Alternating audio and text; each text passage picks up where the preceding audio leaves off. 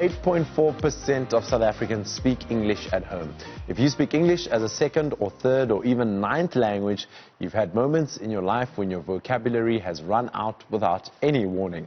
1 minute you're speaking out, the next you're suddenly out of English words and switching back to your mother tongue for protection.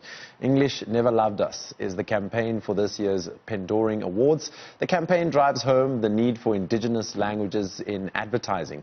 To speak to us about this campaign and this year's awards, we're joined by Anele Ndzimande, project manager for the Pendoring Awards. Anele, thank you for your time and thank you for joining us on Weekend Dawn. Why is it important to celebrate indigenous languages? Sure, it's like asking why is it important to breathe, because they keep us alive, they help us to communicate, but also they're just an important part of who we are. It's a part of our cultural identity, our national identity, our social fabric, and so languages are just as important as everything else, and they are worth preserving and using. And maybe this is where I should ask, how can parents help in this preserving of indigenous languages? Because they send their kids to English schools and then when they get home, they still continue speaking English. So how can parents do better to be able to preserve the indigenous languages, specifically for their children, so our languages stay alive?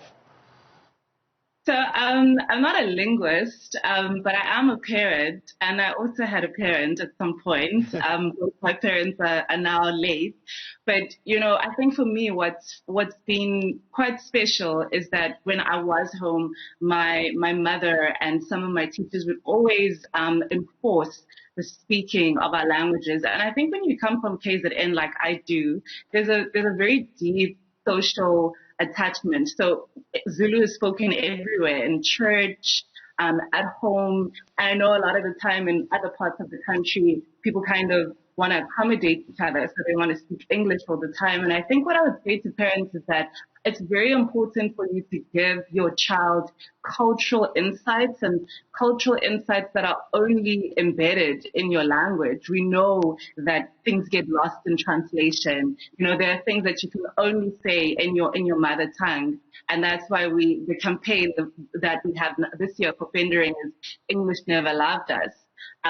Because, there are just those things that are cultural capital held only in your mother tongue that only you can access. So I think parents have to be responsible. Parents have to be proactive. Don't wait for the teachers. Don't wait for the members of society. It's your children's cultural identity and lives that you should be able to be responsible for.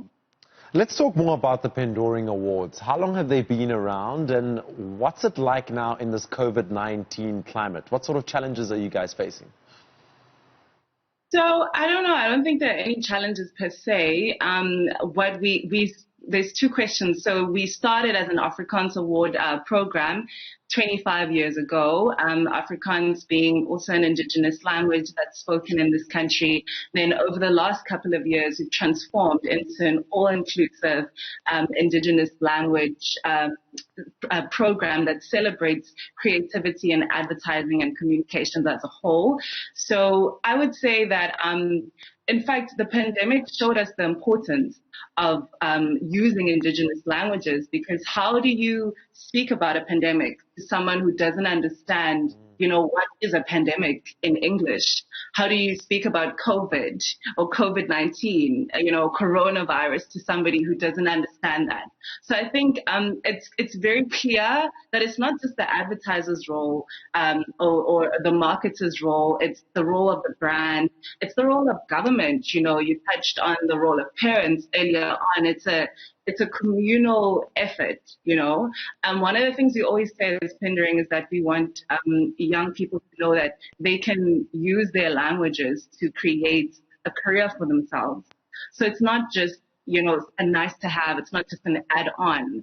In a situation where we have a pandemic, start creating content that people understand, that speaks to people, and that saves lives. I actually said earlier on that lives are at stake in some instances. Because if you can't communicate, if a doctor can't communicate with a patient, if a brand can't communicate with consumers, then that's a very, very big problem. So I think we need to meet the issue of using our languages with urgency and with the respect that they deserve. All right, now let's talk about film, print, communication and publication design and the role of the Pendorings there. Is it something that you're seeing growing compared to previous years? So we would love to see print and branded content growing this year. In fact, we just started connecting with book publishers across the country to encourage them to enter book designs in the indigenous languages into the Pendoring Awards. And so typically the Pendoring has been very advertising focused, and we want to see more people outside of the advertising industry and even communications submitting work. So I would encourage the viewers at home to go onto our website, pendoring.co.za, to have a view of all the different categories there that exist, to see if any of your work qualifies to be adjudicated and to be awarded in this amazing award program. And that's where I was going to go next, on how do you actually qualify to be awarded, and how do you go about the process of entering?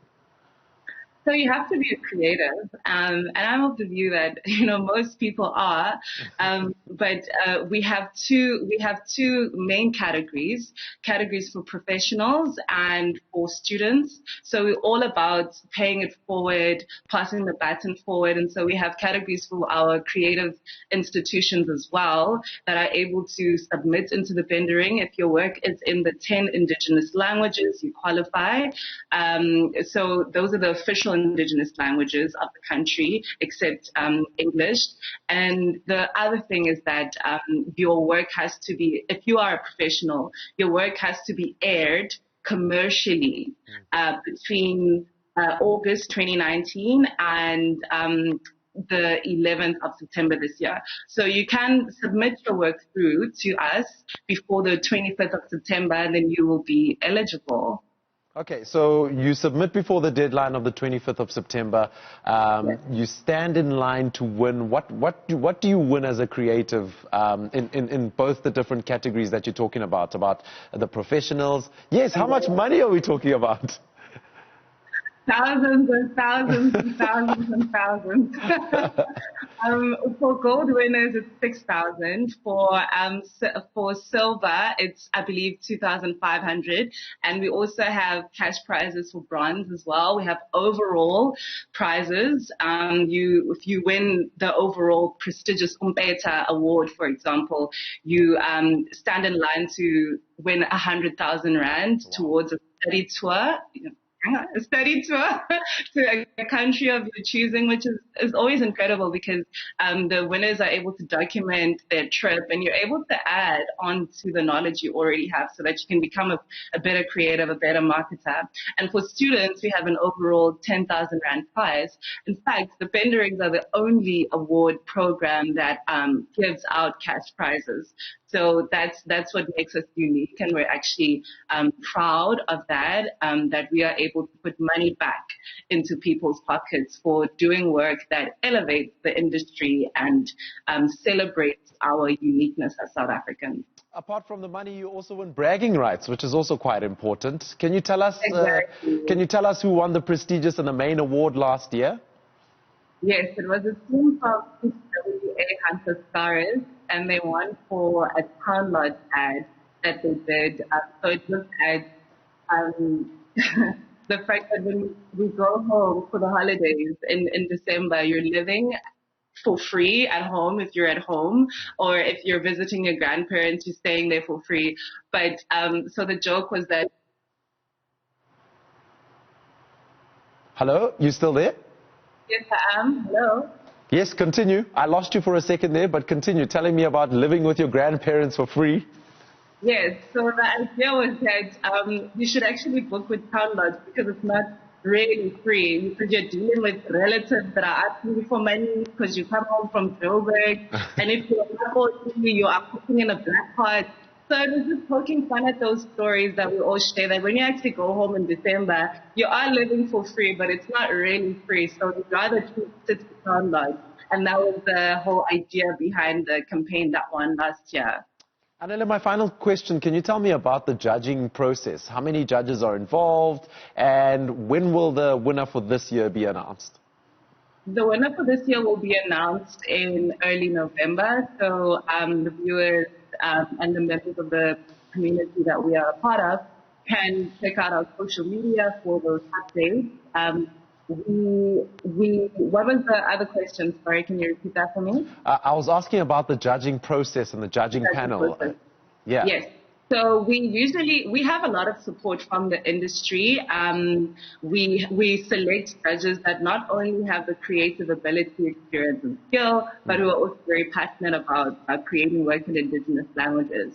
So how the judging panel is composed is that it will have representatives from each of the different languages, and there are also creative directors in the leading advertising agencies across the country.